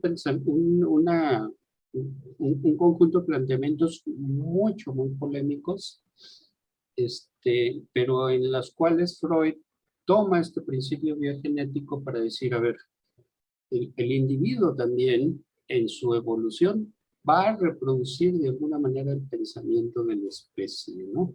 Por las diferentes etapas que ha pasado, ¿no? Entonces, pues es característico el niño de 1 a 3 años, de 3 a 5, aprende esto otro, empieza a ser independiente, llega a la adolescencia, bla, bla, bla, y entonces madura, diríamos, sexualmente, y el madurar sexualmente también madura psicológicamente, ¿no? Entonces yo nada más quise señalar esto por lo que comentaste de la autogénesis, ¿no? Sí. También esta ley se llama algo así como la teoría de la recapitulación, o ley biogenética. Sí, esto, Alberto, muchas de esas cosas han persistido y otras no. Por ejemplo, la recapitulación de la ontogenia o la evolución incluso in útero, con esas fases que mencionas, muchos de los aspectos son menos que recapitulación como tal, que simplemente aspectos de morfogénesis. La manera de que un feto evoluciona en el vientre de la madre es la que es biológicamente más conducente. Primero, a la hora que se junta un óvulo con un espermatozoide, lo primero que se produce es un conjunto de células aglutinadas, le llaman la fase de mórula. Sí. Sigue creciendo y luego de pronto en esa mórula hay una dentro y hay una afuera, ¿sí? Le llaman la fase de gástrula. Ya comienzan a diferenciar las células con las funciones. Ya existe el adentro y afuera de un organismo, como lo mencionas, al igual que en otros organismos en las escalas inferiores. Luego esta nueva fase de la gástrula pasa a una cosa que le llaman la blástula. Como si se desinflara y se doblara. Sigue existiendo el adentro y el afuera, pero ahora sí ya comienzan a establecerse la formación de los diferentes órganos, de los diferentes, de los órganos internos por dentro y de los extremidades y de la cabeza, etcétera. Comienza poco a poco a diferenciarse y evolucionar y pasar por estos estadios por los que pasan definitivamente muchos de los animales. No quiere decir que nos convirtamos en ranas, etcétera, específicamente, o en pájaros, sino que tenemos un desarrollo morfogenético compatible con el de otras especies, porque, bueno, es otra parte de la biología, la morfogénesis. La ontogenia, más adelante, por ejemplo, Piaget habla ya de la ontogenia como el proceso mediante el cual adquirimos aprendizaje, y la recapitulación con la filogenia simplemente de que no hay manera de que tengamos ese aprendizaje si no tenemos el equipo apropiado para procesarlo. Por un lado. De lo de Freud y sus interpretaciones son legítimas en el sentido de que entendemos que el psicoanálisis le han llamado a una ciencia hermenéutica. Es decir, no hay ninguna manera de saber para el psicoanalista con certidumbre qué es lo que hay adentro de la cabeza de un paciente. Solamente puede interpretarlo. Es decir, dentro de las ciencias hay ciencias precisas, exactas, ciencias técnicas, pero hay ciencias hermenéuticas por necesidad. Yo no puedo saber lo que está en la cabeza de cada uno de ustedes. Puedo inferir algunas cosas a través de las interpretaciones faciales, a través de lo que me están diciendo, pero solamente es una interpretación. No se puede decir con precisión. Y es posiblemente algo de lo que es inescrutable y seguirá siendo. ¿Qué hay dentro de la experiencia de una persona? Sí. Por otro lado, existe la idea de la experiencia vicaria. Cuando leemos una novela, nos podemos poner en los zapatos del personaje perfectamente, porque muchas de las experiencias discretas las hemos tenido. De pronto se nos puede hasta subir el pulso en una novela de misterio, como si fuera nosotros al que nos van a dar la cuchillada o al que nos están persiguiendo. Incluso tenemos un reflejo directamente biológico. Al Quijote se le voló la tapa y se fue a buscar caballeros que solamente los conocía a través de sus libros. Es decir, la experiencia vicaria, aquí es donde entra la cultura y los procesos de cultura, cómo influyen el desarrollo experiencial o vivencial de las personas. Entonces, el hablar de ontogenia, el hablar de ontología, nos está abriendo la puerta para ir más allá de la experiencia científica y para tratar de abordar los temas desde muchos otros ángulos.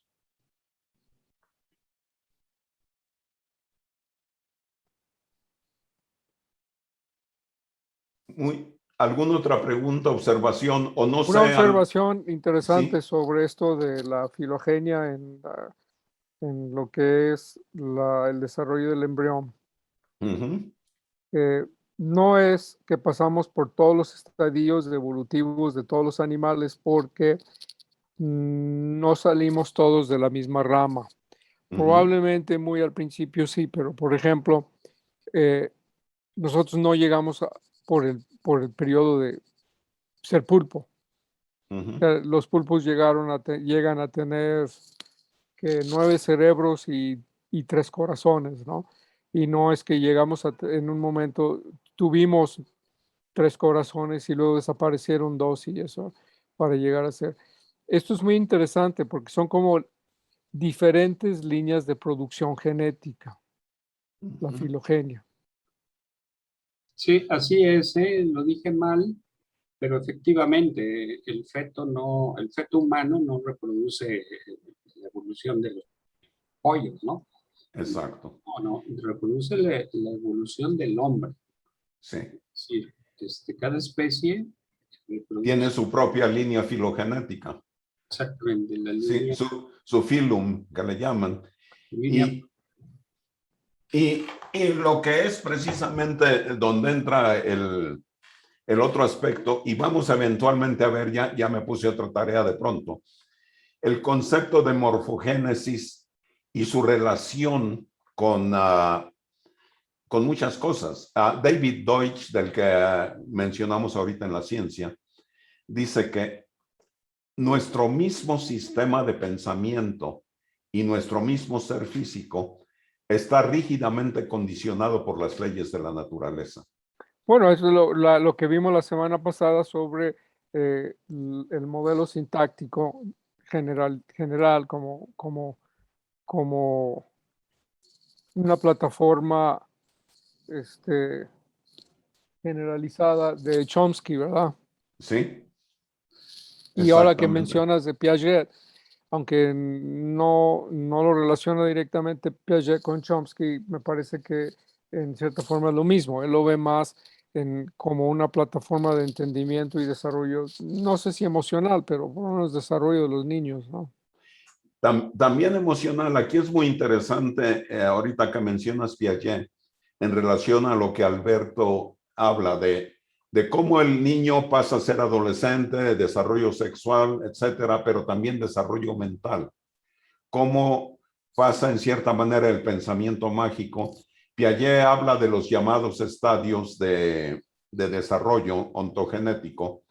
Habla desde las operaciones reflejo, operaciones simbólicas básicas, elementales, la transitividad operatoria, cómo en un momento dado un niño no puede diferenciar de decir, bueno, si esta copa es más alta que este vaso, ¿sí? Pero el vaso es más ancho, a este vaso le cabe más agua que a esta copa, ¿sí? Antes de alcanzar cierto estadio de desarrollo lógico, no lo logra ver el niño.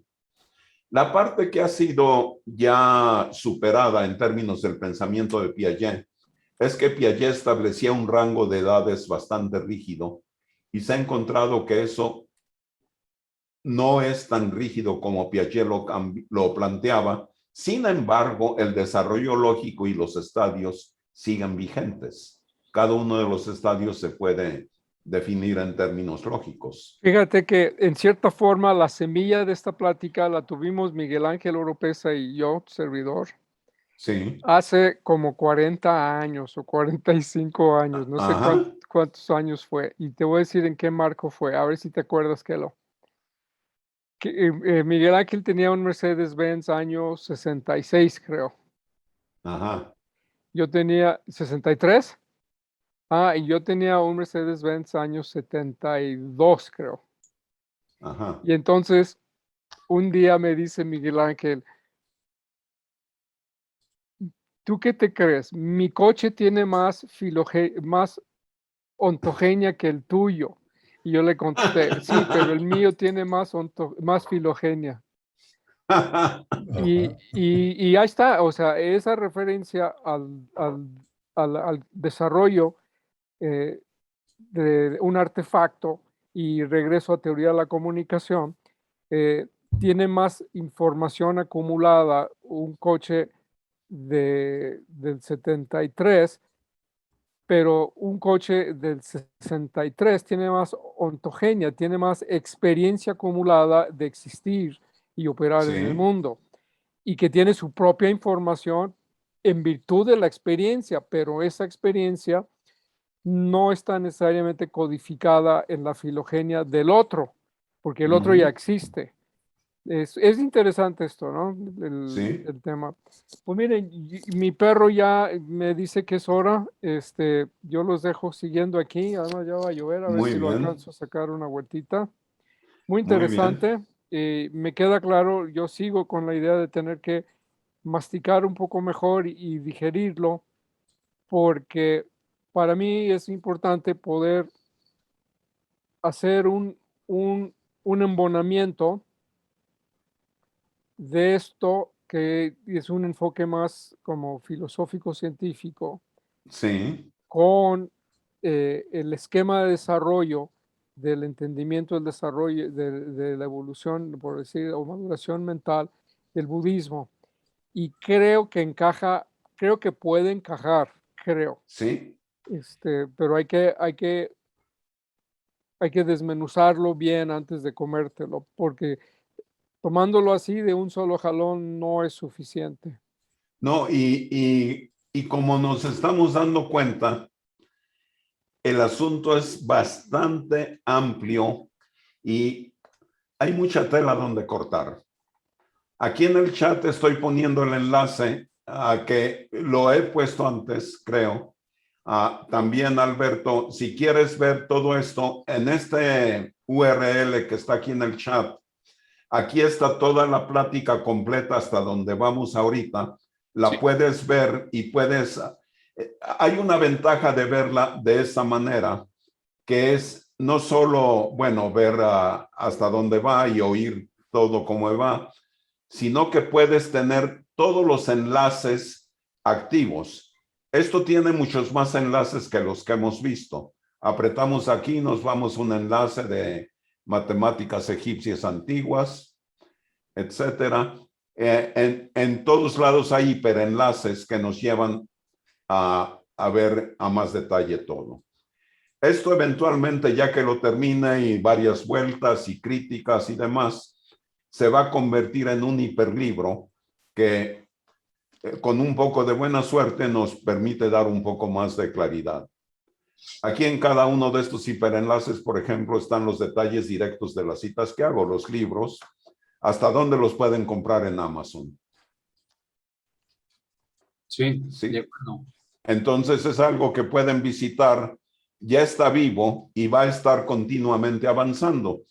Lo peor que puede pasar es que a la hora que lo están explorando vayan a estar viendo las cosas que estoy agregando y que vean también en el fondo, también igual que en los documentos que mandé, mandé un enlace, te lo voy a compartir también para que veas el documento original y que puedan estar agregando comentarios a medida que se haga necesario.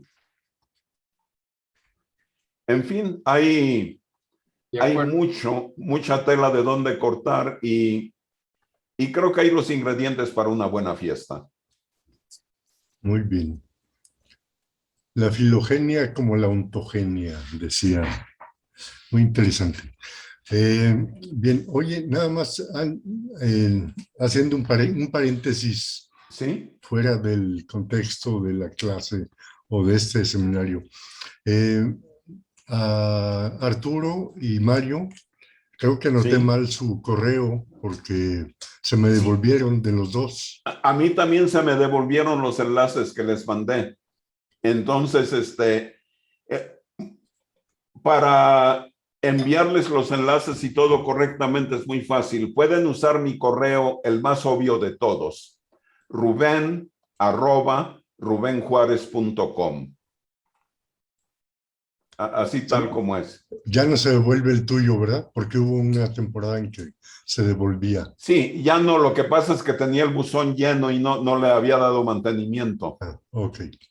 Pero ya... sí, me di cuenta que el de Mario y el de Arturo se me devolvieron. Sí. ¿No Entonces, lo tenías el mío, Miguel Ángel? Pues bueno, de acuerdo al que nos diste el jueves pasado, Sí. se me devolvió. sí, a mí también se me devolvió, Arturo, así que no te hagas perdedizo. Estoy bromeando. No, nada de eso. Bueno, me despido. Adiós. Muy bien, Nos vemos, dale. Norberto. Ok, seguimos en contacto. ¿Viste la publicación? Te hablo al rato, ok, Tola. lo voy a hacer. Entonces, tanto Mario como Arturo, si me envían un correo con cualquier cosa, nada más que diga hola, estoy vivo, a ruben@rubenjuarez.com, ya yo de regreso les mando los enlaces A ver. necesarios pero sobre Gracias. todo me interesa ok. muchísimo, La cátedra y es se un llama comentario de muy música, serio, y a sus través comentarios de y esa sus línea, críticas. hay una, déjame acordar, Sean hay constructivas, una destructivas, no influencia importa. La de crítica me interesa Fernando mucho Villasol. porque, bueno, es la única manera Sí, de también tratar está de hacer cerca de la algo secundaria. bien. No. La secundaria es la de... Ok. Bueno, sí, jardinera, quise ahorita poner y te vas el por de esa derecha, Magu, haces el cerrada, tuyo, un Mario, poquito, Ma, y le das a la izquierda y al medio te vas a la M-A-G-U. casa. Te lo mando por WhatsApp. Sí, por favor. Ok. También, Mide Arturo, no sé qué 7 de pasaría, frente, porque sí, ya te he mandado otros, 90 metros o cuadrados. está lleno Sí, yo también. me... Un poco regular, no Ajá. es totalmente un, Sí. Ok, un cuadrado Ok. o un bueno. rectángulo. Yo me pongo al día contigo también, Miguel Ángel. Bueno, ok, perfecto. Y Beto Carrillo, te hablo al por rato, 13. ¿no? Para ver Sí, lo de va. Neto. Ujú. Sí, gracias. Bueno, Muchas gracias, Rubén, muy interesante. Claro, No hay de qué, Alberto, gracias por venir. Me gustaron mucho tus contribuciones y espero que siga la fiesta. Y como decíamos, el próximo jueves nos lo vamos a brincar, porque además de ser festivo es cuando estoy llegando a Guadalajara. Y voy a pasar 2 semanas en Guadalajara. Con un poco de buena suerte puedo ver a más de alguno de ustedes. Ojalá que sí, Rubén. muy bien. Ya Claro. procuraremos alguna comida, una cena, Claro, ¿no? claro. Entonces anotarte. Sería fantástico, me Perfecto. encantaría. Y te las envío, claro que sí. Y pues nos vemos y gracias de nuevo a todos y ahí seguimos. Bueno, Buenas muchas tardes. gracias, Rubén. Gracias a ti. Muchas gracias. Hasta luego. Mario, Arturo, nos vemos. Gracias. Hasta luego. Gracias. Bye, bye. Adiós. A Nos todos, vemos. gracias.